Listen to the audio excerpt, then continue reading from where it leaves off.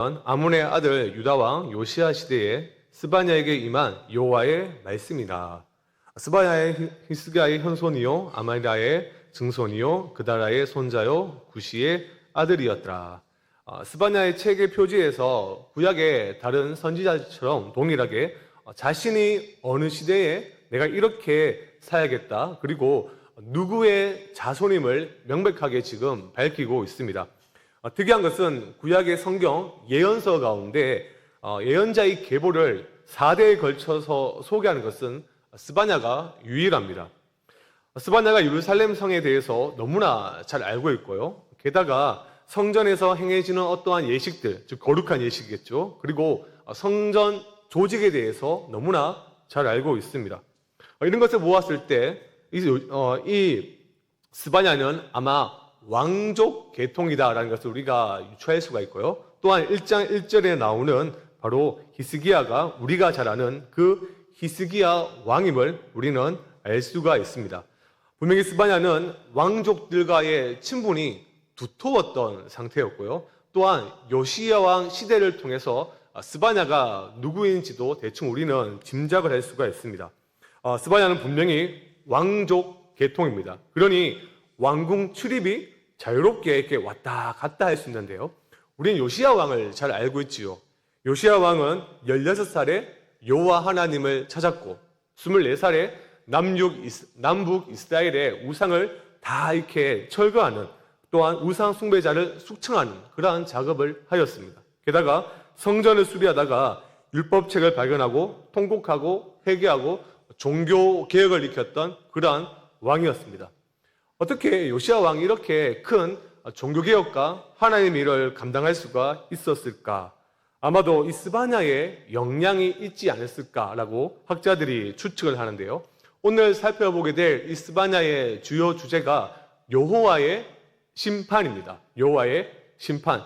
즉, 왕궁을 이렇게 왔다 갔다 쉽게 드나들 수 있는 스바냐의 이 메시지를 통해서 요시야는 어렸을 때부터 이 심판에 관한 메시지를 들었을 거고요. 아마 그 메시지는 큰 충격으로 와닿았을 것이고, 그 영향으로 인하여 요시야는 어렸을 때부터 하나님을 경외하는 자로 그렇게 성장을 했을 것이다 라고 우리는 볼 수가 있습니다. 그래서 스바냐 활동 시기는 우리 1장 1절을 통해 이 표제를 통해 요시야 왕 시대임을 다시 한 번 더 확인할 수 있고요. 그리고 4절부터 6절까지의 말씀을 이제 쭉 보게 될 건데요. 아마 1장 4절부터 6절의 말씀을 이렇게 간단하게 보면 이 시대는 요시야 왕이 종교 개혁을 일으키기 전의 시대입니다. 요시야 왕 개혁 이전에 유다 왕국의 상태는 어땠을까요? 종교적으로 굉장히 심히 타락한 상태였습니다. 그 전에 왕이 있었죠. 히스기야 왕이 많은 종교 개혁을 또한 일으켰지만 그 아들이 므낫세와 아몬이 그 이전으로 돌이켜 버렸습니다. 므낫세는 말로 다 할 수 없는 이스라엘의 타락을 일으켰죠.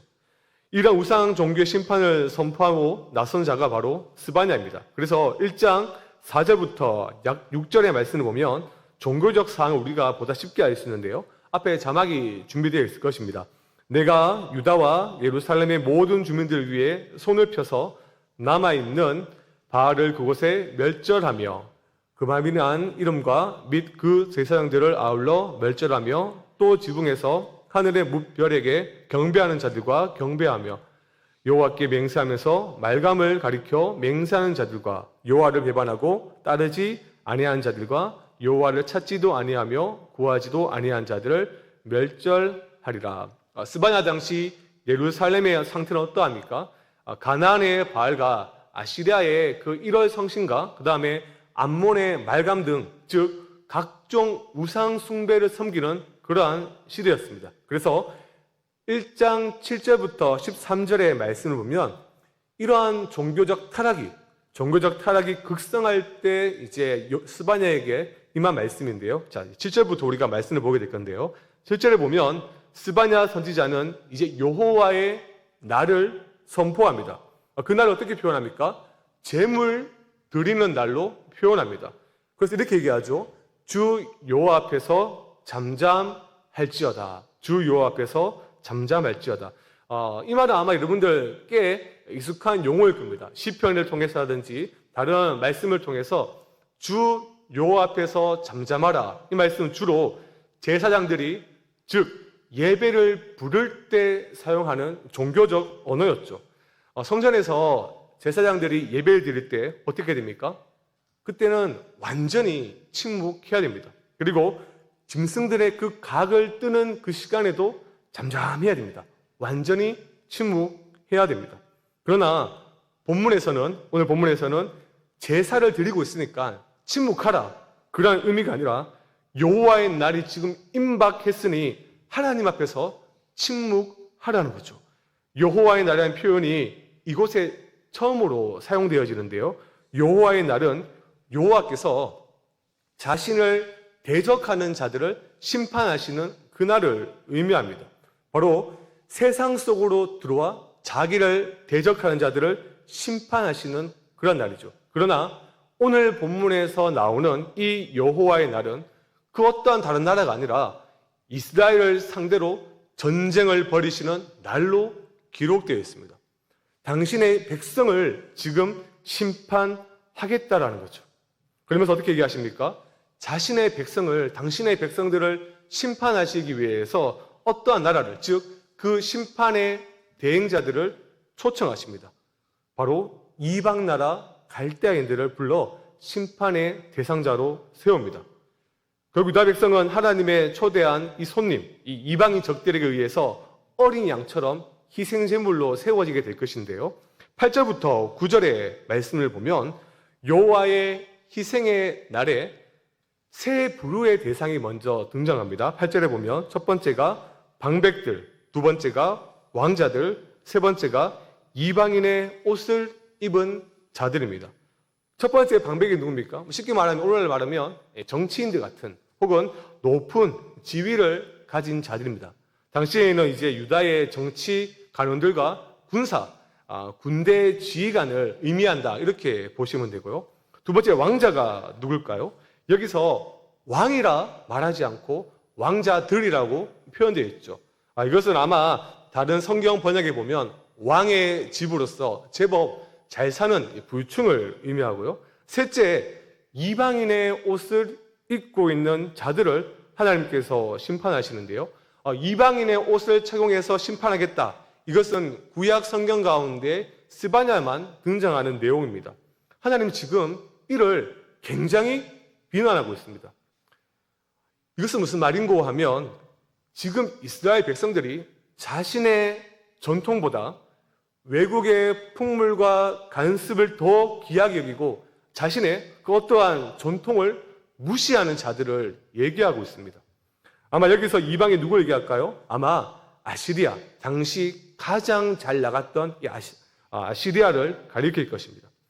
유다 지도자들은, 쉽게 말해서 소위 잘 사는 자들은 지금 아무 생각 없이 아시리아의 그 문화를 다 수용하고 받아들이고 있다는 것이죠. 그리고 그것이 지금 유행을 만들어 버린 것입니다. 사실 구약에서 우리가 알고 있는 이 옷이란 단순히 입는 그런 옷을 가리키는 것이 아니라 사람의 마음의 방향을 상징합니다.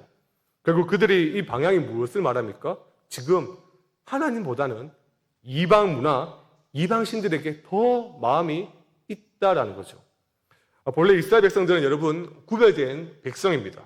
다른 이방 백성들과 다르게 홀로 처하는 단독 고립적 신앙을 가진 자들이죠. 그래서 민수기 23장 9절에 이와 같이 얘기하는데요. 우리 함께 읽어보겠습니다.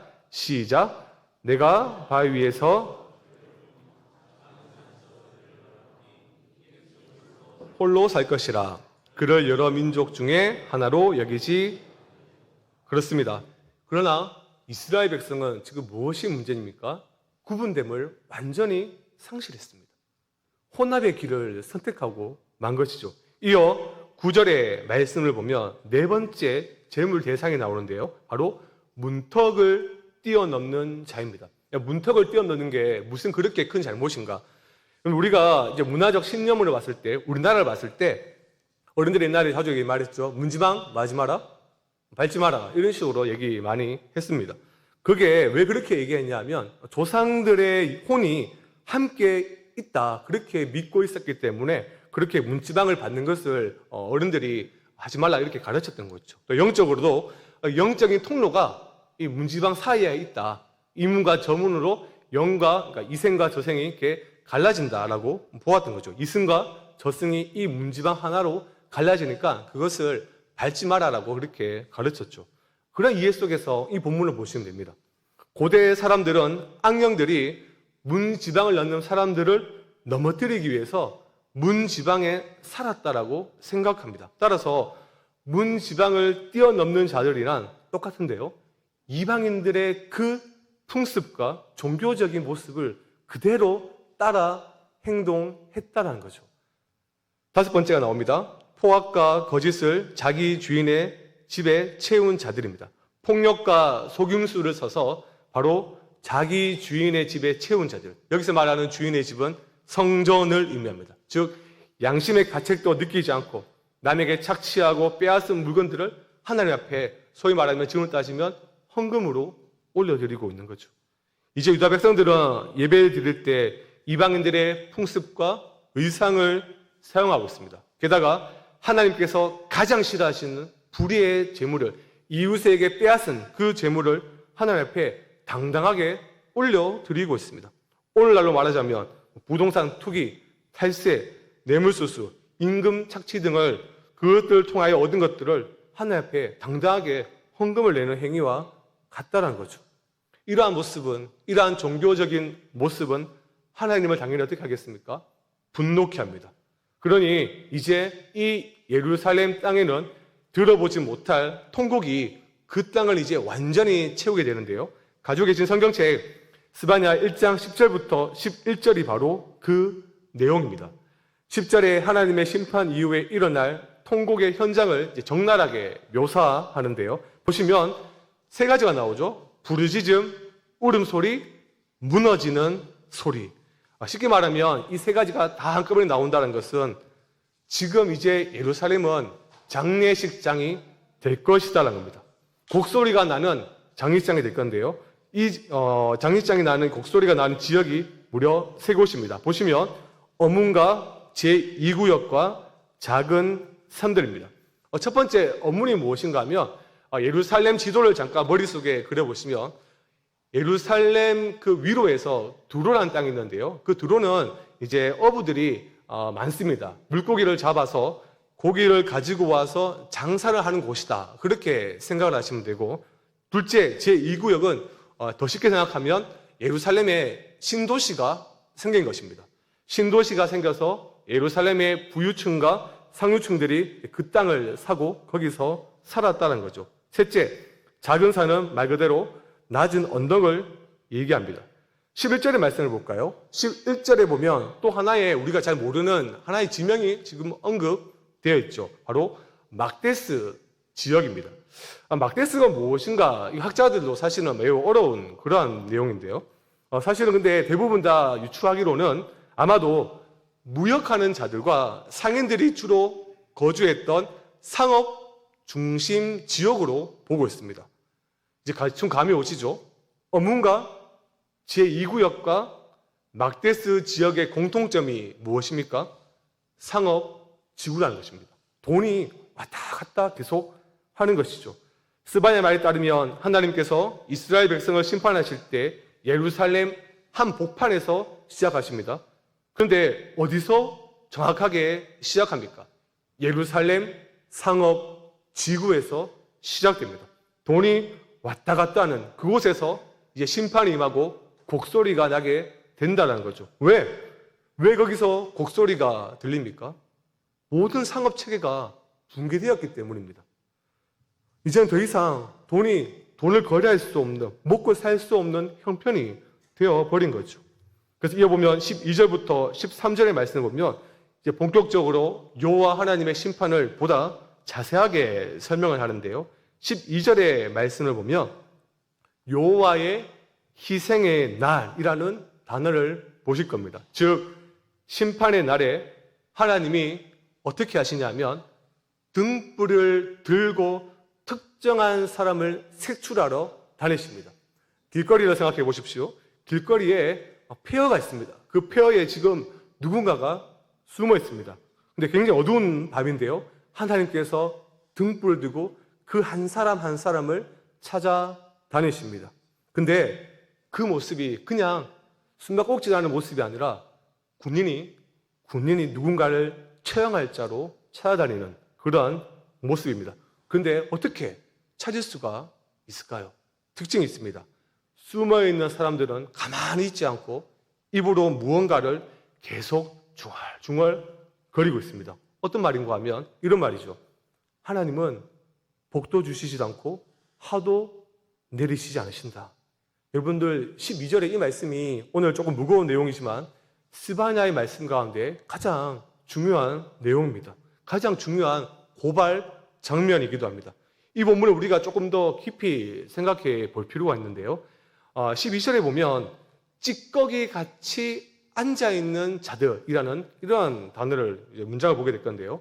이것을 조금만 더 원문에 충실하게 번역을 하면 찌꺼기들 위에 눌러 붙어 있는 자들입니다.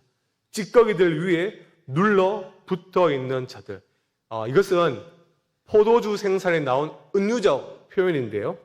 포도주를 어떻게 만듭니까? 포도를 이렇게 수확한 다음에 커다란 틀 속에서 밟아가지고 거기서 이제 축출된 포도주를 부대나 나무나 통 혹은 항아리에 담습니다. 그리고 이제 보통 약 40일이 지나면 그것들은 이제 바로 식힌 후에 다시 다른 항아리나 부대에 담지요. 이때 그동안 걸쭉하게 가라앉은 찌꺼기들은 모두 다 어떻게 합니까? 걸러내야 됩니다. 걸러내야 됩니다. 새 포도주는 걸쭉한 찌꺼기와 함께 시간이 흐르면서 포도주의 색깔과 맛을 내게 되어 있습니다. 그렇죠? 안 먹어봐서 모르겠지만 그렇다고 합니다. 그러나 어느 정도 시간이 지난 후에는 그 찌꺼기를 반드시 걷어내야 됩니다. 찌꺼기를 그대로 둔 채로 숙성한 포도주는 분명히 찌꺼기를 이렇게 거두지 않고 함께 놔둔 숙성된 포도주보다 더 맛은 있지만 더 빨리 쉽게 맛이 변하고 잘 썩는다고 합니다. 그래서 오늘 본문에 보면 찌꺼기 위에 앉아 있다 이 문구는 게으름, 무관심의 잠언적 표현입니다. 즉, 이 말은 은밀한 가운데 스스로의 삶에 대한 자만심과 안일함을 지금 하나님은 지적하고 있는 것이죠. 자만심과 안일함. 스바냐는 지금 예루살렘 사람들을 가리켜 어떻게 표현합니까? 가라앉은 포도주의 찌꺼기와 같구나. 이스라엘 백성들이 자신들의 그 생활 방식에 안주된 정체된 그 모습을 지금 스바냐는 이야기하고 있습니다. 겉으로는 어떤 모습으로 신앙생활을 하고 있는 것 같은데 마음속으로는 하나님을 향해서 어떻습니까? 냉담하다는 거죠. 그러니 그러한 자들이 하나님께서는 지금 등불을 들고 찾아가서 심판하겠다는 겁니다. 자기 삶에 자만심과 안일함을 가진 그 많은 사람들 찾아가 하나님이 이제 심판하겠다라고 말씀하고 있습니다. 여러분들, 하나님은 우리 삶에 아무런 상관이 없다. 하나님은 우리에게 어떠한 복도 하도 내리지 않으신다. 그렇게 중얼중얼거리는 사람들, 바로 그 사람들을 향해서 하나님은 이제 심판하시는데요. 그러나 그들에게 나타난 중요한 신앙의 특징이 있습니다. 그 특징이 무엇인가 하면 참으로 아이러니하게도요, 이런 사람들도 이후의 말씀을 보면 하나님의 존재는 믿고 있습니다. 그러나 하나님이 자신의 삶에 개입하시는 것을 극도로 부정적으로 싫어합니다. 자신의 삶을 이끌어 가시는 분이 하나님을 정말 싫어한다는 것이죠. 이들을 가리켜 우리가 어떻게 표현할 수 있습니까? 실천적 무신론자입니다. 실천적 무신론자. 실천적 무신론자들은 하나님의 존재 자체를 부인하지 않습니다. 그러나 우리의 삶 속에서, 내 삶에서 활동하고 계시는 하나님을 부인합니다. 하나님이 이 땅의 일에 관여하지 않는다라고 믿고 있습니다. 하나님은 지금 그래서 손에 오늘 우리가 갖고 있는 성경에 보면 복수로 등불을 가지고 다니신다 되어 있지만 원문에 보면 등불들을 가지고 다니신답니다. 등불들, 불이 더 많다는 거죠. 더 환하게 볼 수가 있다는 겁니다. 무슨 말입니까? 이러한 등불들 안에는 복수 표현을 통해서 철저하고 세밀하게 하나님은 그러한 자들을 색출하겠다라는 의지를 강하게 담고 있습니다. 그래서 13절의 말씀을 볼까요? 13절의 말씀 보면 이러한 실천적 무신론자들에게 임할 심판이 주어지는데요. 그 내용을 한마디로 줄이면 헛수고의 저주에 빠지게 됩니다. 쉽게 말해서 재물과 집이 한순간에 날아간다는 거죠. 재산, 집, 포도주. 재산, 집, 포도주. 오늘날로 따지면 은행, 잔고, 부동산, 자기 사업이, 직장이 하루아침에 다 잃어버린다는 거죠. 하나님의 존재 자체를 부인한 자들, 그들이 그토록 믿고 있던 그것들을 하나님께서 빼앗아 가신다는 겁니다. 우리가 잘 아는 여러분들 시편의 말씀이 있을 것입니다. 시편 1편의 말씀은 너무나 우리가 잘 알고 있죠. 복 있는 사람들은. 근데 여러분들 시편 마지막에 어떻게 마칩니까? 악인들의 길은 어떻게 됩니까? 망합니다. 근데 여러분들 여기서 망한다라는 그 뜻이 무엇인지 아십니까? 잃어버린다는 것입니다. 망한다는 것은 잃어버린다. 그렇습니다. 하나님은 사실상 실천적 무신론자들을 어떻게 보고 있습니까? 신자라 보지 않고 악인으로 간주하고 있는 것입니다. 하나님은 왜 등불을 들고 예루살렘 거리를 이렇게 돌아다니고 계신 것일까요? 왜 그렇게 행동하고 계실까요? 왜 이렇게 비유하고 있는 것일까요? 예루살렘의 어두움이 여러분 너무나 깊이 드리웠기 때문이죠. 지금 예루살렘의 상태가 너무나 어둡다는 겁니다. 대낮에 본 예루살렘과 밤에 본 예루살렘의 모습이 너무나 다르다는 겁니다. 마치 야누스의 두 얼굴처럼 말입니다. 그들은 낮에는 너무나 밝고 하나님이 있는 것처럼 살아가지만 밤에는 위선적인 신앙을 가지고 이중적인 삶을 살아가고 있습니다. 굳이 오늘날 우리에게 비유하자면 주일에는 교회 와서 선남 선녀의 모습으로 거의 어떻습니까? 다 성자 성녀처럼 그런 모습을 보이는데 주일 문턱 3시 반 이 시간만 지나고 나면 직장에 돌아가고 가정에 돌아가고 그때부터 불신자와 거의 다를 바가 없다는 말입니다. 하나님은 그저 교회 안에서만 존재할 뿐이고 교회 밖에는 하나님이 계시지 않다라고 생각하니 어떻게 살아갑니까? 주일 저녁부터는 자기의 옳은 대로 살아가는 겁니다. 자기의 그 속에는 옳은 대로 살아가는 거죠. 그래서 디도서 1장 16절은 이런 자들을 가리켜서 이렇게 얘기하는데요. 우리 함께 읽어보겠습니다. 시작. 그들이 디도서 1장 16절 말씀입니다. 읽겠습니다. 시작. 그들이 하나님을 시인하나 가증한 자요 복종하지 아니하는 자요 모든 선한 일을 버리는 자니라. 우리 삶이 여러분들 이 장소에서 공적인 신앙생활하는 이 장소에서 하나님이란 용어와 종교적인 단어들을 너무나 많이 사용한다 할지라도 여러분들이 계시는 그 사적인 그 장소, 그 시간, 일상적인 그 삶 속에서 하나님을 위한 자리가 전혀 없다면 또한 의식하지 않고 있다면 사실상 우리의 모습은 실천적 무신론자와 거의 흡사합니다. 이러한 자들을 가리켜 예레미야는 이렇게 얘기합니다. 예레미야 12장 2절의 말씀인데요. 제가 읽어드리겠습니다. 주께서 그들을 심으심으로 그들의 뿌리가 박히고 장성하여 열매를 맺었거든 그들의 입은 주께 가까우나 그들의 마음은 머니이다. 본문에서 우리가 마지막으로 한 가지 위험해야 할 사실이 있습니다. 경제, 즉 돈을 최고의 가치로 추구했던 그 한 사람, 돈을 최고의 신으로 숭배했던 그 한 사람, 사실 한 사람이지만 예루살렘 전체를 의미합니다. 그 사람들이 어떠한 사람입니까? 하나님의 심판의 첫 대상입니다. 돈을 향유하기 위해 하나님을 이용하는 자들, 하나님을 위해 돈을 사용하지 않고 오히려 돈을 위해 하나님을 예배하는 그러한 신앙인을 요한 아래 하나님은 가장 먼저 심판하실 것이다 라는 겁니다. 우리는 오늘 말씀을 통해서 우리의 신앙을 한번 볼 필요가 있습니다. 우리는 머리와 입술로는 유신론자이지만 마음과 삶의 형태에 있어서는 무신론자가 아닌가, 그러한 생각을 우리는 스스로 해볼 필요가 있습니다. 우리는 하나님과 물질을 함께 섬기려는 혼합 종교주의적 근한 신앙의 형태를 우리 마음이 그렇게 가고 있지 않는가 생각해 볼 필요가 있습니다.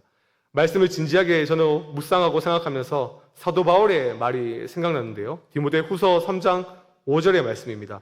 경건의 모양은 있으나 경건의 능력은 부인하니 이와 같은 자들에게서 내가 돌아서라. 여러분들 경건의 능력이 무엇일까요? 경건의 능력은 모든 시간마다 모든 장소에서 모든 순간마다 하나님만을 의식하고 하나님의 뜻대로 살고자 하는 몸부림입니다. 실천적 무신론자, 하나님의 존재는 인정하지만 삶과 실천에서 하나님이 계시지 않는 것처럼 사는 사람들은 하나님의 말씀을 분명히 듣긴 듣습니다. 그러나 실천하지 않죠. 왜 실천하지 않을까요? 이미 계산이 다 된 겁니다. 자기가 이렇게 살면 손해본다는 것을 너무나 잘 알고 있기 때문입니다. 그래서 경건의 능력은 사실상 계산하지 않는 것이죠. 왜요?